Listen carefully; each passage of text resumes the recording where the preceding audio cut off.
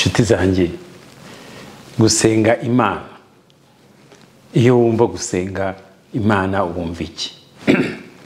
Ni bya bindi ugenda ugapfukama ugasenga. Gusenga Imana ni iki? Uno munsi nibyo tuganira. Njyewe Ndizeye Rubasha, ndi preacher, tuganira muri experience y'ubuzima n'ubumenyi bw'ubuzima busanzwe. Nibyo mvuga nita ubuzima naturel. Tuvugana n'ibintu by'ubuzima naturel, ubuzima bwa buri munsi. Ariko rero muri ibi bintu twize byo gusenga, byo kumenya ko hari Imana ihari, abantu bahari, isi hari yaremwe, nibyo bitugize buri munsi. Uko tubyakira nuko tubyumva bihindura ubuzima bwawe. Iki kiganiro cyane no kugira ngo twungurane ibitekerezo, tugire ubuzima bwiza bwa buri munsi. Ubuzima n'ubwawe ni wowe ufite ingufu zo kugira icyo ukora. Ibyo nkubwiye iyo byumvishe uhitamo ibyo ushaka, ibyo udashaka ukabyihorera, kuko nta gihinduka ku buzima bwawe. Ubuzima bwawe n'ubwawe buri Imana yakuremye, niyo yakuremye, niyo izi ubuzima bwawe, kandi ubuzima bwawe buri mu maboko yawe. Ibyo nibyo tuganira buri munsi.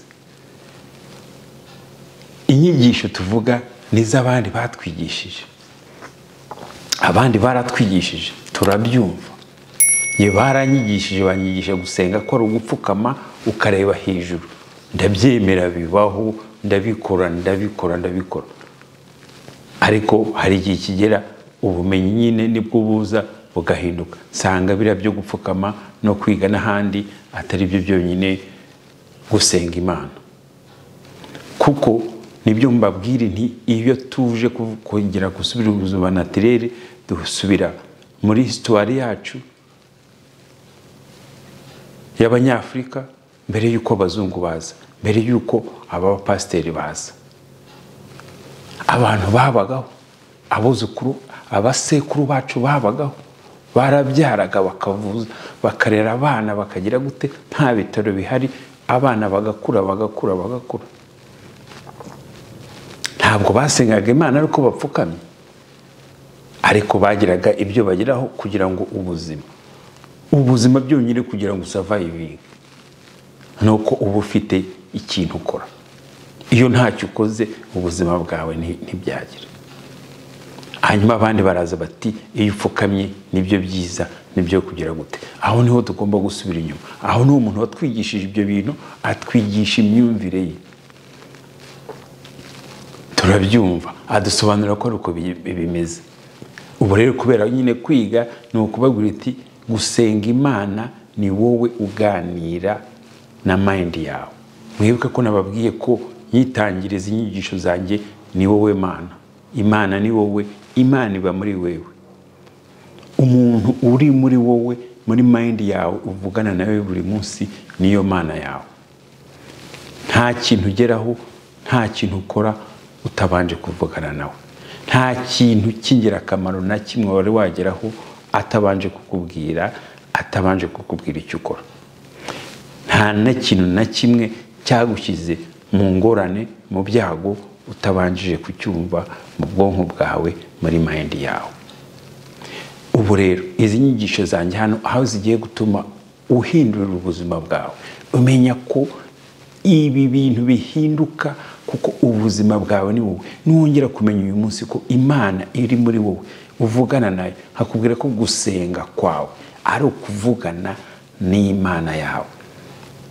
Ubyiteho. Uyu munsi ugiye kwitaho uko wumvaga gusenga.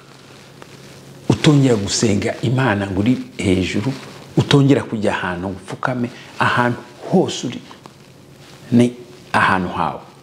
Ahantu hose uri ni mu ijuru. Ijuru ni isi, ijuru ni wowe. Usengera ahantu hose uri. Ubu ndi gusenga, kundi kuvugana namwe. Covid yaraje irabihindura abantu. Ubu niho tekinoloji ije nkavugana namwe ahariho hose. Gusenga ubu nta hantu hose uri, kuko gusenga ni wowe. ikintu cyose ugiye gukora ganira na mind yawe.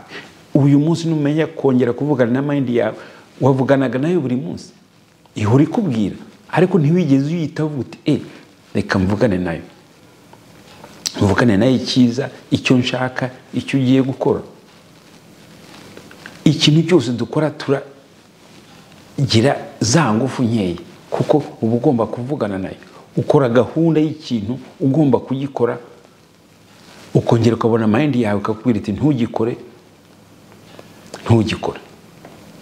ukongera ukavugana na mind yawe iti gikore, ukagikora. Ariko none uyimanyi kuvugana nawe ukamenya ko ariyo ikubwira, ko ariyo ikugenga, ko ariyo igutegeka, ibyo ukora byose birahinduka, ugera ku byiza, kuko icyiza nicyo uvugana na mind yawe kugira ngo ukigereho.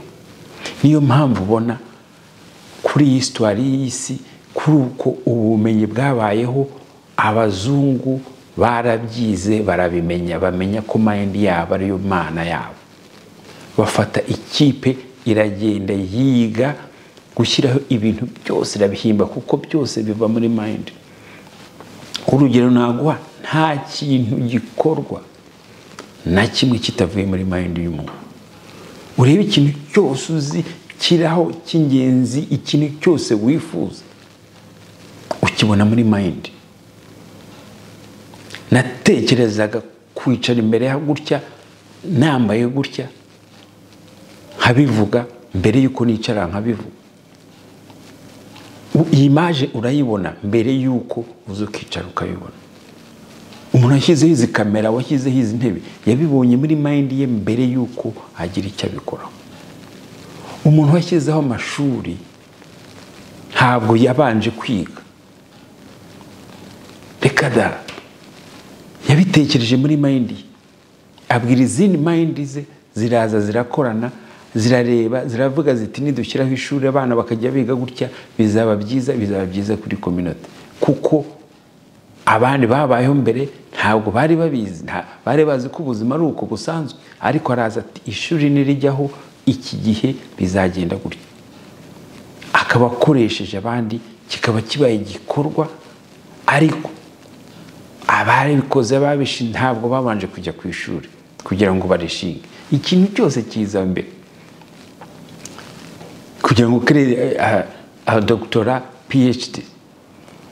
Abantu bashyizeho PhD ntazo bari bafite, ariko barazireba ba muri mind zabo bazishyiraho, bashyiraho gahunda yo kuyibona no kuyikorera.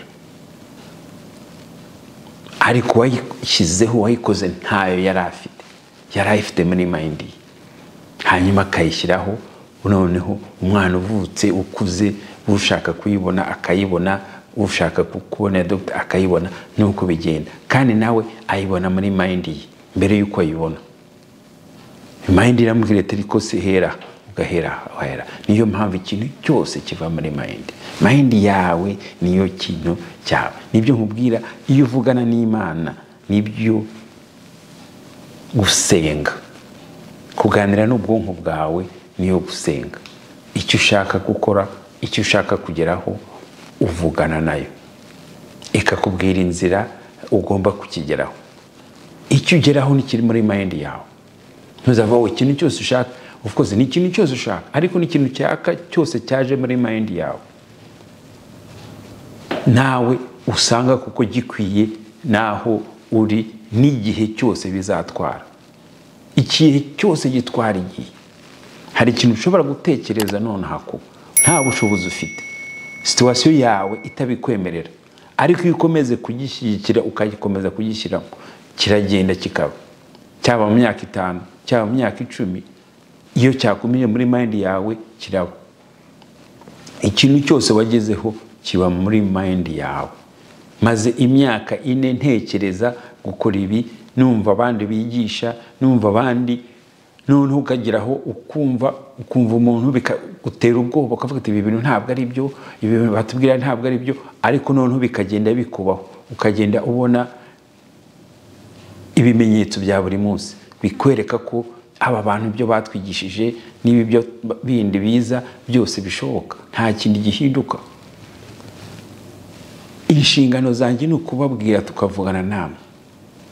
Iyo ngufashije umuntu numvishije yanyumvishije bimpa ingufu, bimpa umunezero. Iminezero ibiri iratandukanye. Hari ibyo bintu dukeneye byo hanze, amafaranga se, ibintu nyine bisanzwe biratandukanye. Aha ibyo tuvuga ni ubuzima naturel, kuba ufite ubuzima bwiza, wishimye, ufite umutima mwiza, ufite ibitekerezo byiza. Ibindi byo hanze biza ku ruhande, ubishakisha ku ruhande ufashijwe n'izindi mind. Kubona akazi keza ukabafashwe n'izindi mind, kubona amafaranga ahagije ushaka ufashwe n'izindi mind kugira ngo ziguhe ayo mafaranga ukeneye. Ariko icy'ingenzi nyine ni bwa buzima naturel, bwa kumva ufite ikintu cyawe cyiza, ikintu cyawe ukeneye cyose kivuye muri mind yawe, responsibility yawe yose ikaba ivuye muri mind yawe. Iyo umaze kumva ko uri Imana, wumva ko umaze gusenga, uvugana n'Imana yawe muri mind yawe, nta bundi ubwoba wongera kugira n'umuntu, nta mpaka wongera kugira n'umuntu, nta bugome wongera kugira n'umuntu, kuko uzi ko ibintu byose bikuvaho.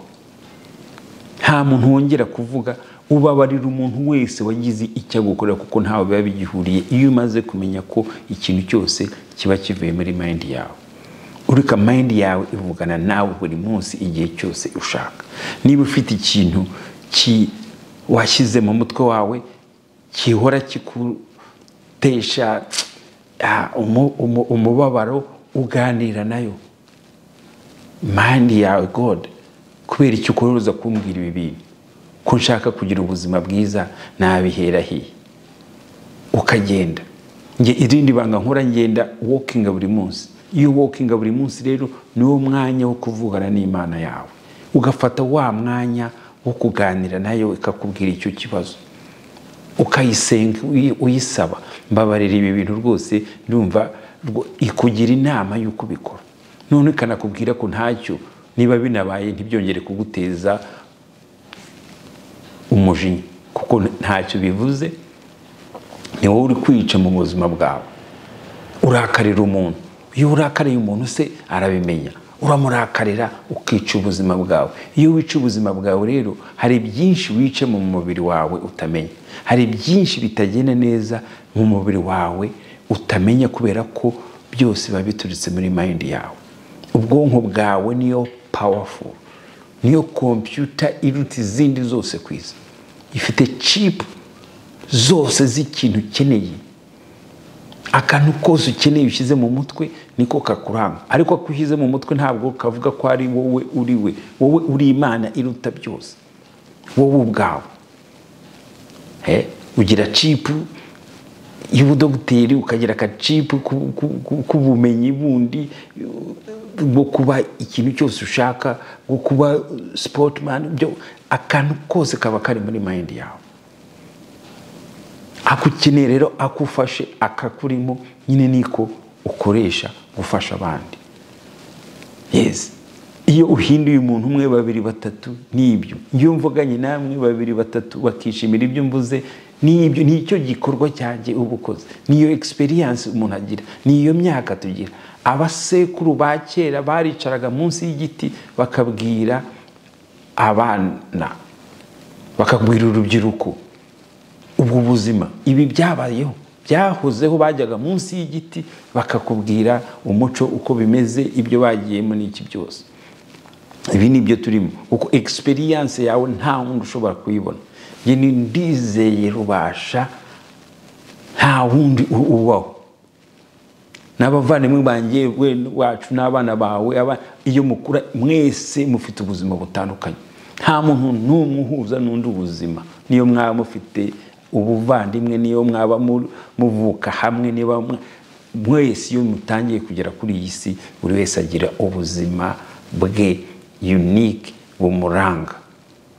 Ariko twese za Mana nyine twese tukazihuriraho. Ubu nibyo nkubwira nyine. Ubu muri mind yanjye hari abo turi kuvugana nabo, hari abagiye kunyumva. Habubwira ko gusenga byari bibarimo, bari barategereje bibabwira. Hari n'abandi nabo bemeye batuye umuntu uri kutubwira ibi bintu ntabwo tumushaka. Umuntu uri kumbuza gupfukama ntabwo mushaka. Nuko bimeze. undi akavuga ati ariko uyu muntu ibintu avuga reka da zaba byumva ubutaha ntacyo bivuze ko nifite ubuzima bwanjye nifite gute. Umuntu wese ufite ubuzima bwiza avugana n'Imana ye mu buryo atazi. Icyo nkubwira ubu nuko ugiye kubimenya, ikintu cyose ugeraho, ikintu cyose ukeneye, ikintu cyose ushaka kuba kiva muri mind yawe, kiguhera ku bwonko bwawe. Ni ryo banga abazungu baturushije, baraje ibintu byose babishyiraho hariya barabikora. Babikorera nde? Twebwe. Babikorera mind zacu, kuko twese turi Imana duhuza. Nibyo mpamvu abashuti zanjye tujya tuganira bati kuki wambara amakaruvati ari y'abazungu, kuki wambara ibyo ntaho bihuriye. Babikoze babikorera Imana, babikorera ari akazi, babikora ari akazi k'Imana bakorera izindi. Nibyo bibatunze. Nta muntu uguha karuvati ku busa, nta muntu uyikora ku busa, bijya mu ruganda bikagira gute. Iyo urebye ikintu umuzungu aho yadutanze ku bumenyi ni economics. Ikintu yaragikoze, ikintu cyose arakigurisha, ikintu cyose agishyira kuri gahunda kugira ngo gifashe Imana zose. Aho icyo yaragikoze n'iki kintu yageze gute. Izi technology zose yazishyizeho hashize igihe kirekire. Batangiye kwandika histoire, bandika igihe cyose, ni usanga na histoire yacu nibo bayandika. Ibintu byose usanga nibo bayandikaho, bateye intambwe imbere. Ariko rero kubera izi technology zize, natwe ntabwo tugomba gusigara inyuma, tugomba kubijyaho. Niyo mpamvu abasaza, abantu b'urungano, tuganire, to sharing ibitekerezo byacu kugira ngo bigire uwo bitera inkunga, waba umwe waba babiri. Iko niko kazi kacu. Murakoze. Ubwo dukomeze tuganire kabisa. Ubu ni ubuzima naturere nyine, ubuzima bwacu tugomba gusubiraho, tugasubira kuri gakondo, tugafata amazina yacu, tugakora ubuzima yuko bwabaga. Niyo ntego yanjye shaka kuzana kuri Munyarwanda wese. Mukomeze rero kandi munkurikire kuri my YouTube channel. It's at Na Rubasha. Murakoze.